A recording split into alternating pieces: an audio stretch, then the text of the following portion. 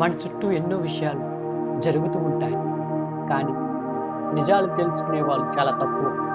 పుస్తకాలు జీవితాన్ని ఎలా మార్చగలవు? సమాజంలో జరుగుతున్న అసలు విషయాలు ఏమిటి?